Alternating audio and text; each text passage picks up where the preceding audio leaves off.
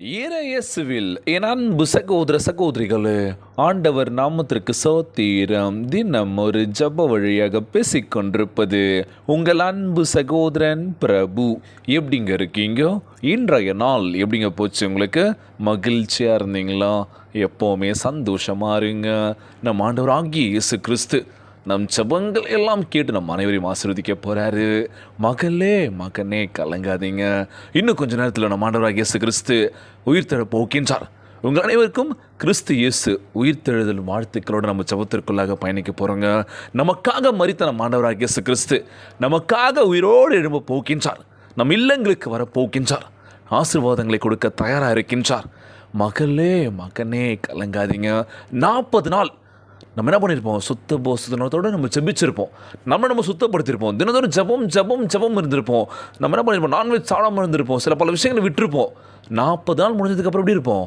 பழையபடி நம்ம வாழ்க்கை போதான் இல்லை உங்களுக்குள்ள மாற்றங்களை கொண்டு வர போகிறீங்களோ? எப்போதும் போல் தான் பிரதர் சாப்பிடலாம், இப்போ நாங்கள் சாப்பிடுவோம், ஆஸ் யூஷுவல் நாங்கள் என்ன பண்ணுவோமோ அதை தான் பண்ண போகிறோம் அப்படின்னு சொல்ல போகிறீங்களா? ஆண்டவருக்காக உங்ககிட்ட இருக்க ஒரு சில விஷயத்தை விட்டால் மட்டும்தான் நம்ம ஆண்டவராக இயேசு கிறிஸ்து நம்ம ரட்சிக்க போகின்றார். இல்லை பிரதர், அந்த 40 நாள் வருஷம் வருதா, அப்போ நாங்கள் சுத்தமாக இருப்போம், அவ்வளோதான். அது முடிஞ்சதுக்கப்புறம் அவ்வளோதான், நாங்கள் எப்போ போல தான் இருப்போம். தினந்தோறும் ஞாயிற்றுக்கிழமை சர்ச் போவோம், ப்ரேயர்ஸ் பண்ணுவோம், அவ்வளோதான். அப்படியே கடந்து போகும். அந்த 40 நாள் வந்தோடனே நாங்கள் தினந்தோறும் ஜெபிப்போம், ஆலயத்திற்கு போவோம் அப்படின்னு சொல்லுவீங்களா? உங்களை நீங்கள் பரிசுத்தப்படுத்தி நீங்கள் ஜெபிக்கின்ற வேலையில் நிச்சயமாக நம்ம ஆண்டவராகிய இயேசு கிறிஸ்து நம்மளை ஆசீர்வதிக்க தயாராக இருக்கின்றார். மகளே மகனே கலங்காத, உற்சாகமாக அப்படின்னு சொல்லிட்டு இருக்காராம். இன்றைய நாள் ஜெபம் உலகில் வாழ்கின்ற எல்லாருக்கும் நம்ம ஜெபிக்க போகிறோங்க. ஆண்டவருடைய ஆசீர்வாதங்கள் நம்மளை தடுக்க இயலாத அளவுக்கு நிரம்பி வழிவதை நம்ம பார்க்க போகிறோம். அவர் எனக்கு பரிசுத்த ஆவியை அருளிய போது என்னால் அதை தாங்கிக் கொள்ளவோ தேவ பிரசனத்தை அடக்கவோ இயலவில்லை. அது எவ்வளோ சந்தோஷமாக அதிகரிப்பதாக இருக்கின்றது. ஆண்டவருடைய ஆசீர்வாதத்தை நம்ம பெறுவதற்கு நம்ம எவ்வளோ ஆசையாக இருக்கும்ல. ஆண்டவரே உங்களுடைய ஆசீர்வாதத்தை பெற்று வாழ்க்கையில் நாங்கள் மிகப்பெரிய உயரத்துக்கு போகணும்ப்பா, நோயோடு இல்லாத வாழ்க்கை கொடுங்கன்னு சொல்லி கேட்கலாம் ஏசப்பா கிட்ட. இன்றைய நாள் ஜெபங்க, ஒவ்வொருக்கா நம்ம ஜெபிக்க போகிறோம். உங்ககிட்ட இருக்க ஒரு சில விஷயத்தை நீங்கள் விட்டால் மட்டும் கண்டிப்பாக நிச்சயம் வாழ்க்கையில் ஜெயிக்கலாம். நல்ல விஷயங்கள் எடுத்துக்கோங்க, நல்லதை மற்றவங்களுக்கு ஷேர் பண்ணுங்கள், நல்லதே நினைங்க, நல்லதே நடக்கும் அப்படின்னு சொல்லுவாங்களாம். இன்றைய நாள் நம்ம ஆண்டவராகிய இயேசு கிறிஸ்து கேட்கின்றதை தட்டாமல் தரக்கூடிய அன்பு இயேசப்பா நிச்சயமாய் நீங்கள் கேட்குறதை கொடுக்க போகின்றார். நான் திரும்பவும் சொல்கிற விஷயம் தான், இருந்தும் ஜெபியுங்கள், இல்லாதவருக்கு கொடுத்து உதவி செய்யுங்க, கண்டிப்பாக நம்மளை பெருக பண்ண போகின்றார். என் அன்பு சகோதர சகோதரிகளை, நம்ம ஆண்டவராகிய இயேசு கிறிஸ்து கேட்கின்றதெல்லாம் நிச்சயமாக கொடுக்க போகின்றார். நம் வாழ்க்கையில் பல அற்புதங்களையும் அதிசயங்களையும் காண செய்ய போகின்றார். மகளே மகனே கலங்காத, இன்றைய நாள் நம் ஆண்டவராகிய இயேசு கிறிஸ்து உயிர்த்தெழ இருக்கின்றார். நம்ம வாழ்க்கையில் பல மாற்றங்களை கொடுக்க இருக்கின்றார். நீங்கள் ஒவ்வொரு நாளும் ஜெபிச்சிங்களோ 40 நாள் அவருக்காக நீங்கள் ஒரு சில விஷயங்கள்லாம் பண்ணியிருப்பீங்க. அவரோடவே இணைந்திருந்த இந்த தருணங்கள் மறக்க முடியாதല്ലോ. முடிஞ்சதுக்கப்புறம் என்ன பண்ணுவோம்? பழையபடி நம்ம பாதையை நோக்கி, நமக்கு பிடிச்ச பாதையை நோக்கி நம்ம போகிறோமா?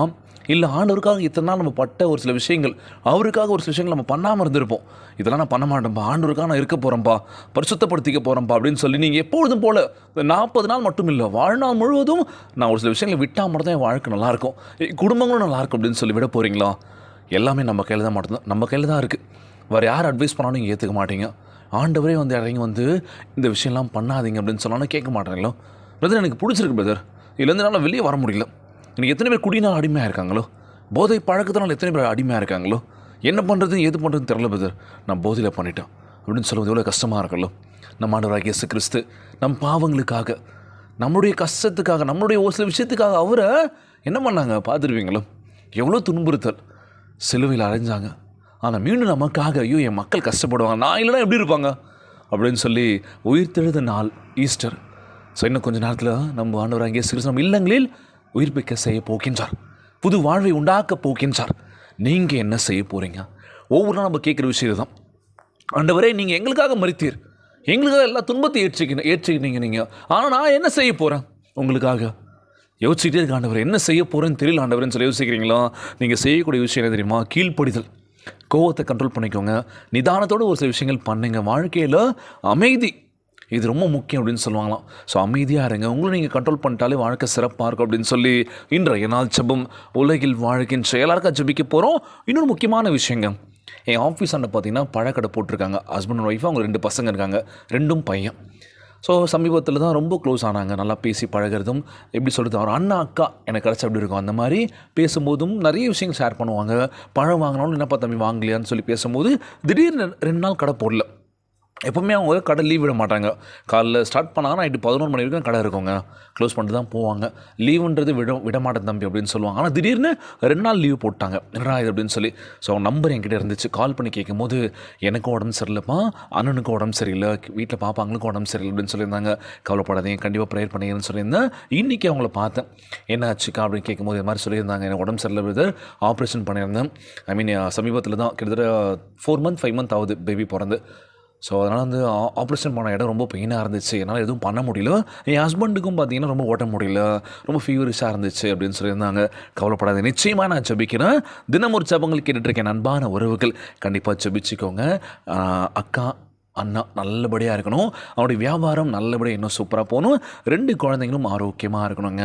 இன்றைய நாள் ஜெபம் உலகில் வாழ்கின்ற எல்லாருக்கும் நம்ம ஜெபிக்க போகிறோம். நீங்களும் ஜெபிச்சுக்கோங்க, சோர்ந்து போகாதீங்க, உற்சாகமாக இருக்கும். ஒவ்வொரு நாள் ஜெபம் நம் ஆண்டவராகிய இயேசு கிறிஸ்து வல்லமைமிக்க ஜெபமாக இருக்கின்றது அப்படின்னு சொல்லும்போது நம் கண்ணீரை துடைக்க தயாராக இருக்கின்றார். நமக்கு ஆறுதல் சொல்லவும் நம்மளை அரவணைக்கவும் தயாராக இருக்கின்றார். இருக்க பற்றி கொள்ள போகின்றார். நம்ம தான் அவர் வீட்டு விலகி போய்கிட்டே இருக்கோம்ல. ஜெபியுங்கள் தினந்தோறும். முழு மனசோட முழு ஆன்மா நம்ம ஜெபிக்க போகிறோம்.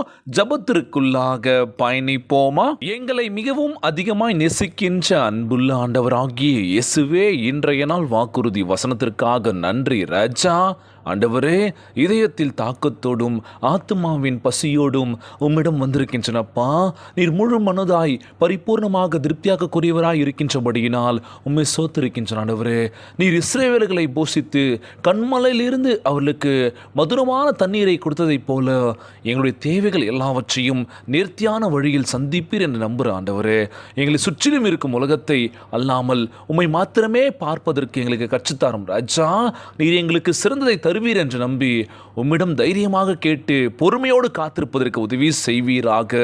எங்கள் வாழ்க்கையில் உம்முடைய மதுரமான திருப்தியாக்கக்கூடிய ஆசீர்வாதங்களை நிறைந்தருள வேண்டும் என்று ஜெபிக்கிறேன் சப்பா. அனுதினமும் நாங்கள் எப்பொழுதும் உம்மையே சார்ந்திருக்கவும் நீர் தருகின்றவற்றில் சந்தோஷத்தை காணவும் உதவி செய்வீராக. இன்று எங்களுக்கு மதுரமான ஆசீர்வாதத்தை கிடைக்கும் என்று நம்பி உம்மிடையே வந்திருக்கின்றனப்பா. இந்த ஜெபத்தை கேட்டுக்கொண்டிருக்கின்ற என் அன்பு சகோதர சகோதரிகள், என் அன்பான உறவுகள் எல்லோரையும் பார்த்துக்கோங்கப்பா. யாருக்கு எந்த கஷ்டங்கள் துன்பங்களை கொடுத்துடாதீங்க ராஜா. நோய் நொடியினால் அவதிப்பட்டு கொண்டிருக்கின்ற ஒவ்வொரு சகோதர சகோதரிகளை உமது கரங்களால் தொட்டு நோயை அகற்றி போடுவீராக. உம்மால் கூடாத காரியம் ஒன்றுமில்லை ஆண்டவரே. எல்லோரையும் பார்த்துக்கோங்கப்பா. உம்முடைய பிள்ளைகள் வாழ்க்கையில் மேலே நாங்கள் வந்துட மாட்டோமா? எவ்வளோ வலியும் வேதனை இருந்தாலும் சரி ஆண்டவரே, நீர் என் கூட இருக்கின்றபடினால் நாங்கள் நம்பிக்கையாக இருக்கோம் ஏசப்பா. எங்கள் வாழ்க்கையை மாற்றுவீர நம்புகிறோம் ஆண்டவரேன்னு சொல்லி உமக்காக காத்து கொண்டிருக்கின்ற ஒவ்வொரு பிள்ளைகளை பாருங்கப்பா. வாழ்க்கை நிலைமை மாற்றுங்கப்பா. எல்லோரும் நல்லா இருக்கணும் ஆண்டவரே. இன்றைய நாள் ஜெபம் இயேசுவின் விலையேற பெற்ற நாமத்தினாலே ஜெபிக்கின்றேன் நல்ல பிதாவே, ஆமேன் ஆமேன். இயேசுவுக்கே புகழ், இயேசுவுக்கே நன்றி. மரியே வாழ்க. God bless you all.